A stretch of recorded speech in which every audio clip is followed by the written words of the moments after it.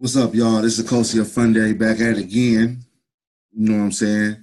And I want to show about how we at this rift right now about, people talking about enough voting and voting. And this ain't the first time this stuff came up. You know what I'm saying? So I'm gonna explain to one time when the underground or what was called the Black Power movement, try to have a conference with people in Little Rock, Arkansas. You know what I'm saying? They had a couple conferences, but the main conference was talking about Little Rock, Arkansas, 1974. You know what I'm saying? Where, we're going to find out what happened. I already read it before, but we're going to find out what happened. I'm starting right here. This is the NSWCP magazine. I decided to use their work for it, you know what I'm saying, to make my case.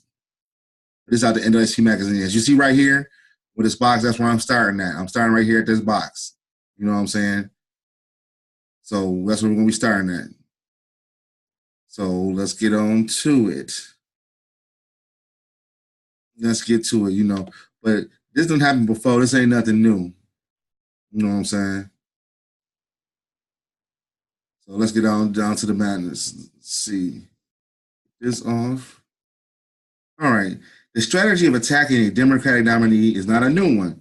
Throughout the 70s, the National Black Independent Political Party sought to offer an alternative to the Democrats for Black voters. In March 1972, a national Black convention was held in Gary, Indiana.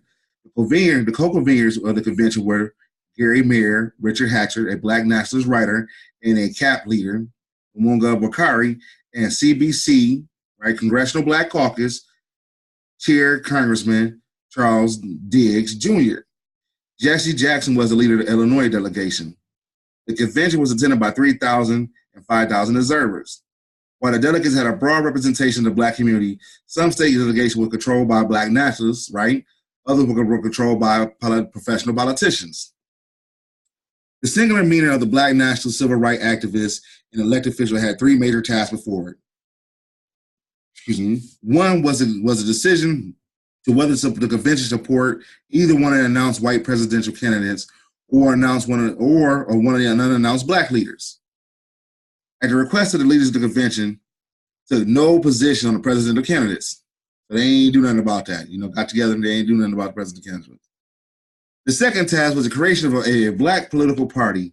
Although a large number of Black elected officials and convention leaders like Jackson and Ron Daniels of the Ohio legislation had pushed for a separate party, it was decided to give the major parties a last chance in 1972 and work from the grassroots to build up a future Black political party.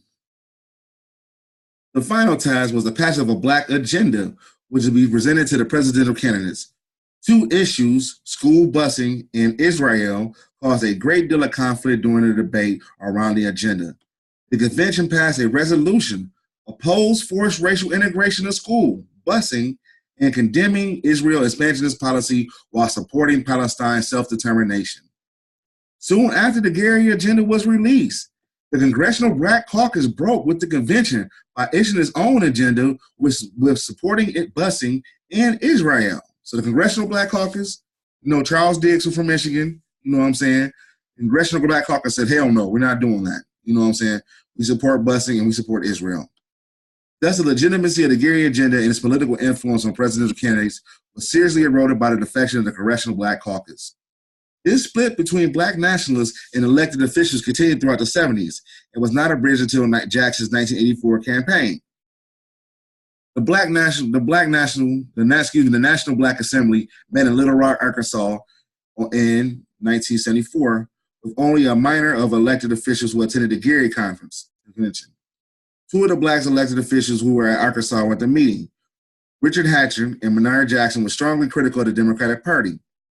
However, by the time the National Black Assembly held its 1976 convention in Cincinnati, most of the election officials, including Jackson and Hatcher, had departed. So they had left. You know what I'm saying?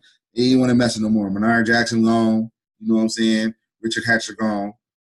While the Cincinnati convention had hoped to nominate Representative Ron Dumas as an independent presidential candidate, their hopes were crushed when he declined the nomination at the last minute and endorsed Arizona Congressman Morris Udall for the Democratic nomination. So he elected somebody out of the Democratic Party. Black elected officials sought another more comfortable forum for advancing the Black agenda. So the Black elected officials sought something different. A group of about 50 elected officials, including Representative Charlie Rangel, we know about him, Ann Burke, and mayors Richard Hatcher and Coleman Young, held an issues conference in Charlotte, North Carolina in the spring of 1976. This conference officially refused to endorse any presidential candidate. So we started trying to piece out, make overtures to the, the black class. They go ahead and take ideas and just run with it. Let's see. That's how it's looking so far. They didn't want to bond with that. They couldn't let go of Israel. Strongly recommend that black delegate candidates run uncommitted on the slate of any presidential candidate. The Charlotte agenda was indirectly mentioned busing as it calls it in support of existing law. It omits any references to Israel or Middle Eastern policy. They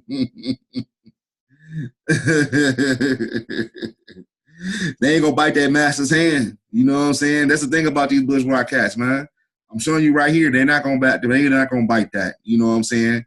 You don't bite the hand that feeds you. Dissatisfaction with the politics of President Jimmy Carter led Richard Hatcher and Carl Holman of the National Urban Coalition to convene a Richmond conference on Black agenda early 1980. While all the presidential candidates were invited to attend the conference, none chose to participate. This prompted a strong rejection from the number of blacks, including Jesse Jackson, who stated this is an attempt to make the absence of white people more important than the presence of black people. We are now involved in a struggle for our definition of our conference.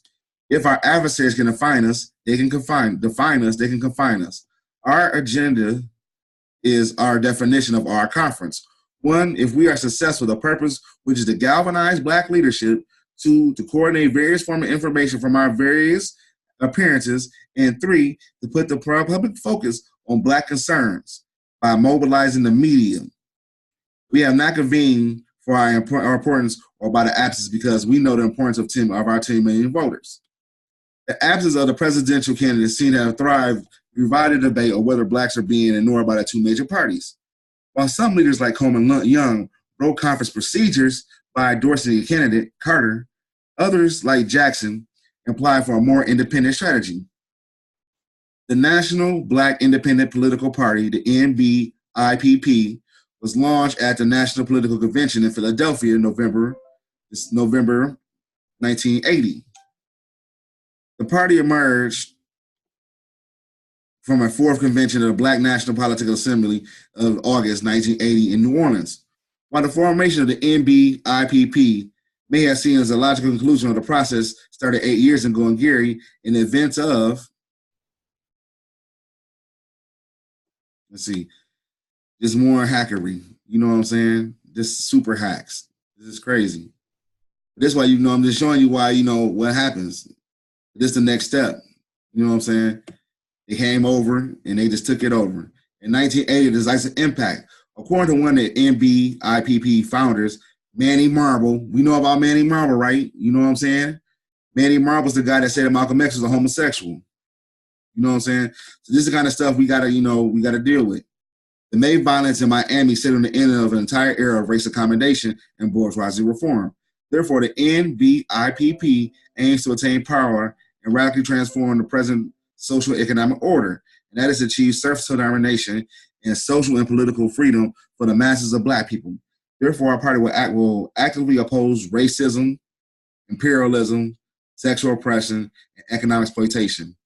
And these are broad brushes here. You see how slick it is? You know what I'm saying? Racism, that's a broad brush. Imperialism, that's a broad brush. You know what I'm saying? Sexual oppression, capital exploit, those are broad brushes. What are you doing for black people?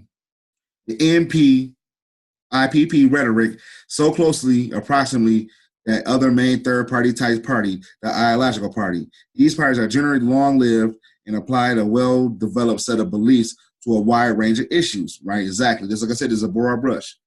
Their supporters are not attracted to either of the major parties, and therefore the emerging parties made no little effort to attain their vote. Such parties as the Socialist Party, the Communist Party, and the Libertarian Party are considered presidential elections as a vehicle of public education and likely to continue running candidates of office regardless of the Democratic or Republican nominee. It's a result of measure unique character of Jesse Jackson campaign that in 1984, the Communist Party candidate for vice president, Angela Davis, encouraged voters to support Jackson in the primaries, as did the New Alliance presidential campaign candidate for Lonnie in 1988. Jackson, who has been active in the third party efforts in Illinois and nationally in the 70s, apparently decided to shift strategy to pressure the Democrats internally in the 80s. Even though he's been rocking more successful than a third party candidate in attracting voters, Jackson's internal leverage strategy was not produced by concessions from the Democratic Party that many observers expected. Jackson's internal leverage strategy has not produced the concessions from the right. So even when Jesse Jackson flipped, which we all know, he still didn't get nothing from the Democratic Party. I mean, okay, that's, you know what I'm saying? I'm just reading right here for you. Jackson's internal leverage strategy has not produced the concessions from the Democratic Party that many observers suspected. Jackson himself had maybe prematurely limited his bargaining power by pledging not to run as an independent candidate in both 1984 and 1988. So he got brought off, you know what I'm saying, basically. You know, we already knew that from way back in the civil rights days. A national black election study conducted before 1984 general elections found that 1 out of 29.1% of those blacks favored a political party, while 70% were opposed. You know, let me read this again. A national black election study conducted before 1984 general election found that 29.1% of those black polled favored a black political party, while 70.9% were opposed. A follow-up survey of the election found that 24% were favorable and 75.1% were negative. Also during 1984, the Joint Center for Political Studies in Gallup poll found that 18% for such a party. The following year, in 1985, a Black Enterprise magazine showed 22.7% of their respondents favoring a black political party, while 74.8% were against it. The third party charisma of Jackson and Teague could expect to do better among black voters. Of course, Jackson pledged not to split the Democratic Party by running as an independent candidate, made him more acceptable to the Democratic mainstream. However, a Time magazine poll taken in 1988 reported that 40% of registered voters said they would not vote Democratic if Jesse Jackson was on the ticket as a presidential nominee, and 40% would not vote for Democrat if he was on the ticket as the vice president nominee. So he was damned if he do and he damned if he don't. These statistics will in a rise of much more moderate quotation, black leadership within the Democratic Party, like Representative William Geary, Governor Douglas Wilder, and Mayor David Dinkins, will force Jackson to rethink.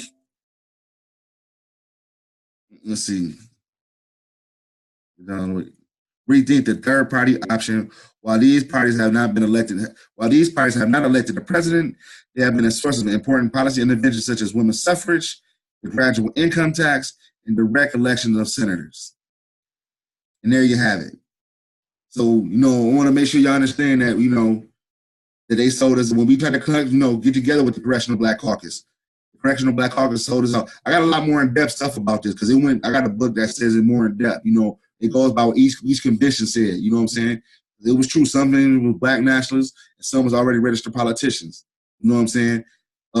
Charles L. Diggs, he was head of the Michigan branch. Among black people that would have that stuff, they was like, we're not stopping the union. Sorry. Because, you know, Democratic parties with the union. We're not giving up our union stuff for that. Sorry. You know what I'm saying?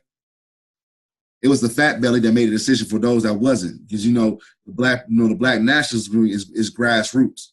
He's already getting fed by politicians. As you see, when they came on the school busing in Israel, they said, hell no. They even dropped the Israel question. You know, they didn't want to have no solidarity, none of that stuff like that.